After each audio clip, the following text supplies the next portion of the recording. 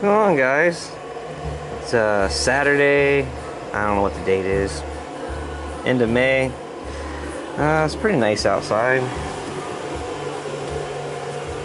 10:31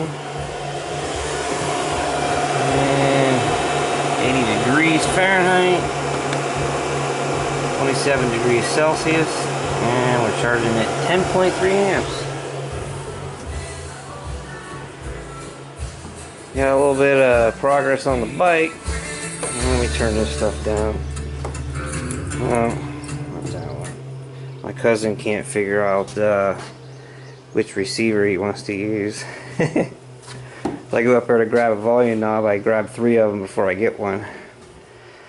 I got a little bit of things done on the bike. My fenders are on the back. I'm not going to put the front fenders on until I get the thing wired up, because there's a lot of stuff up front there.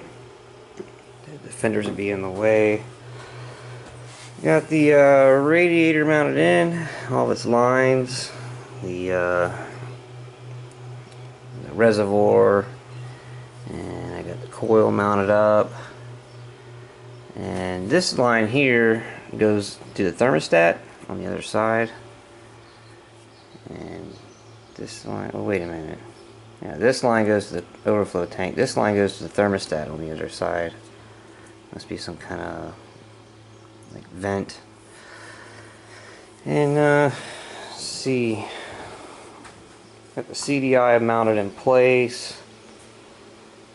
And pretty much I'm getting ready to start wiring it up. I haven't figured out yet if I want to put a key switch in or just use the the kill switch up here to kill the bike and the accessories. Probably if I do that, I'll wire up the headlight to separate circuit. So if they had the headlight on and you turn the bike off, you'd have to turn the headlight off.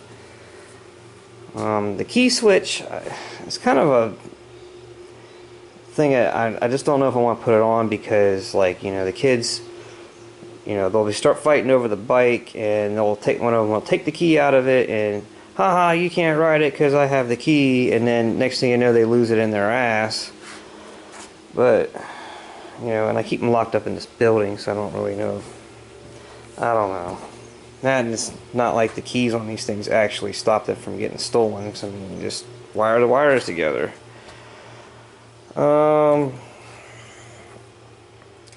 this stuff gets wired up, it's pretty easy. If you ever wire together a circuit, with a light with a switch, I mean, it's pretty much, you have several of those kind of circuits on a bike. But like this right here, this little plug here, this wire on the bottom of the plug would be 12 volt in. So you turn that on and off with a switch, your ignition system's turned on and off. This little wire up here in the top right corner goes to the coil. And if you have a coil with 2 wires, one of them just goes to ground and the other one goes to, this one here bolts to ground, so it only has 1 wire. The wire here on the left side top goes to the stator. I just have this one laying here for an example, and it would go to this blue one. This one here goes to ground on the CDI box, and I never actually figured out which one's which. I think they're just both ground, but just hook it to one of these and then hook the other one to just the bike. I don't think it really matters which is which. And then, this is a 3-phase stator, so is the one on the bike. See, there's 3 yellows. 3 yellows goes to your voltage regulator, which has 3 yellows. Doesn't matter which one you hook to which. And then the voltage regulator, red one is 12 volt positive, and this one right here is ground. So the 3 yellows, I think the 3 yellows are in this one, and then this one right here is a shift light thing. There's a wire in here to ground for each gear, so every time you select a different gear, one of these wires is connected to ground, and then the little light that lights up, you'll just hook all of one side of each light bulb to 12 volt positive, and then each one of these wires here will go to the other side of the bulb for its ground, so each gear a light will light up. And these right here would be those two CDI wires. And then same thing here, we have a fan, and right here is the switch. So you run, one side of this fan to ground, positive goes to the switch, positive goes out of the switch to the fan. And same thing, like your source power will go from your ignition switch or this switch right here. The wires that comes off of that switch up here, you have various, your starter button and stuff. You can sit around with a voltmeter, figure out which wire is which, or you just take it apart and visually look inside of it and figure out which wire goes where. I'm going to put 2 fuses on this bike. I have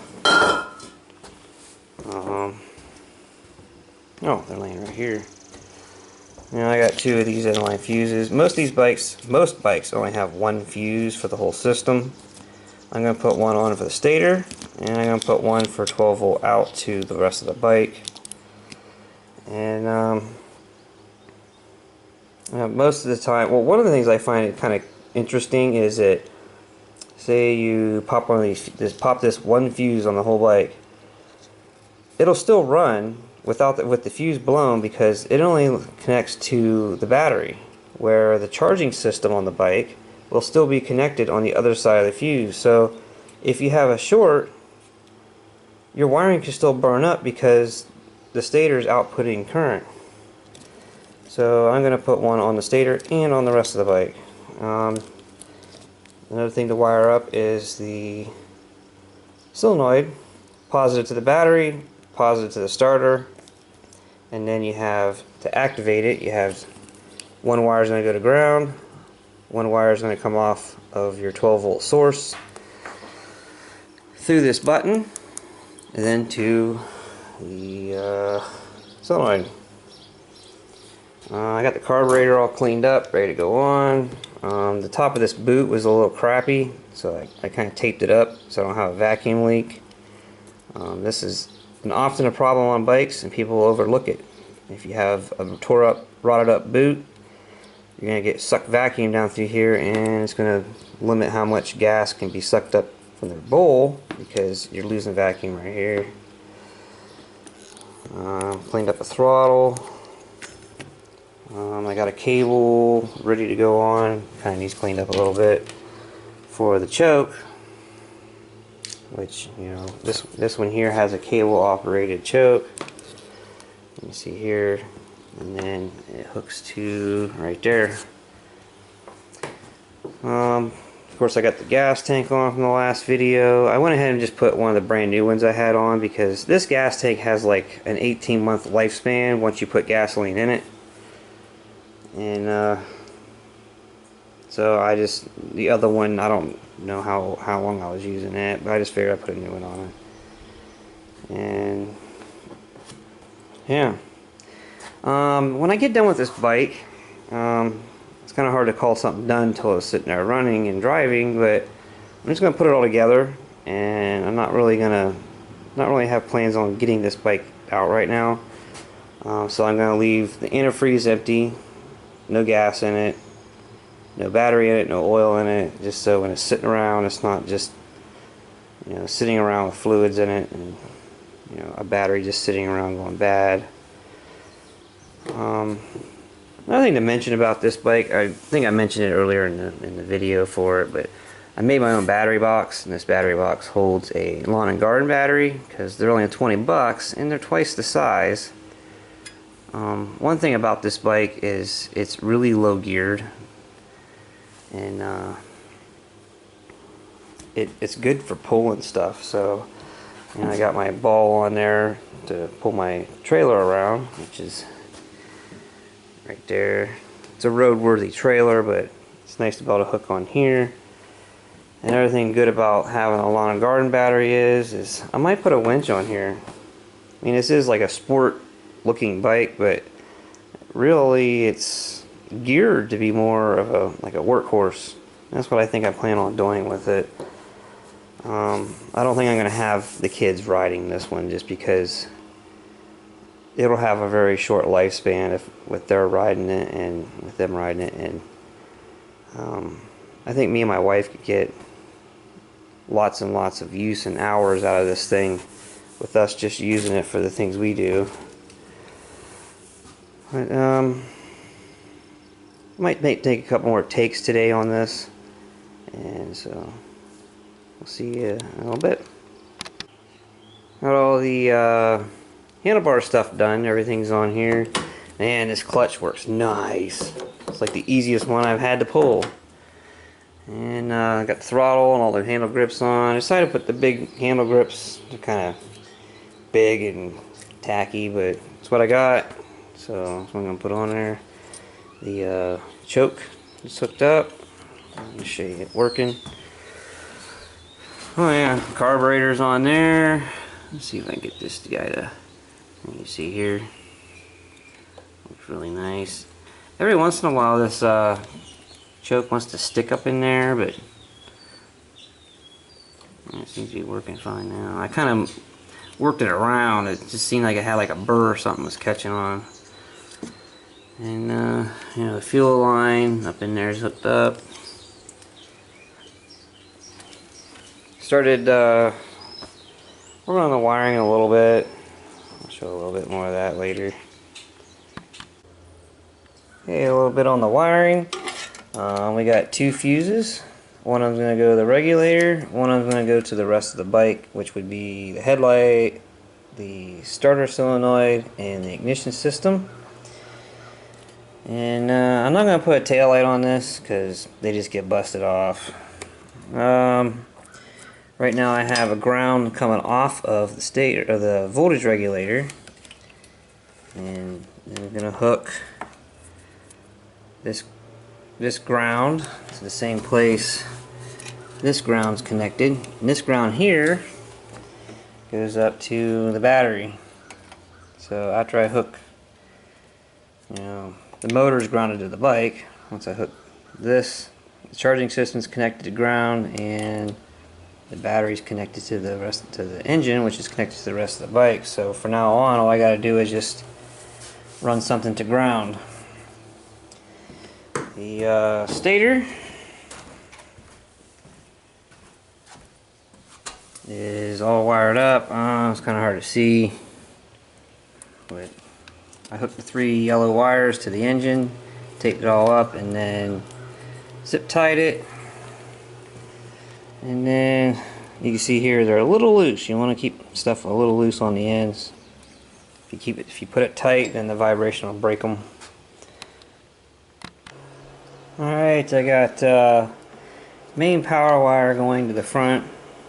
I ran a little bit bigger wire to the front, so it reduces you know, resistance. Even though the wire is small coming out of the fuse holder, it has to go a little bit of a distance, so I put a little bit bigger wire on there.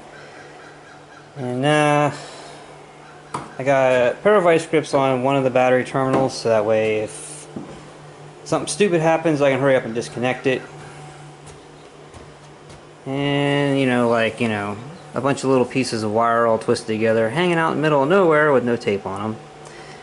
But I had to tear this stinking switch apart. I got another one just like it. I mean, it is just like it.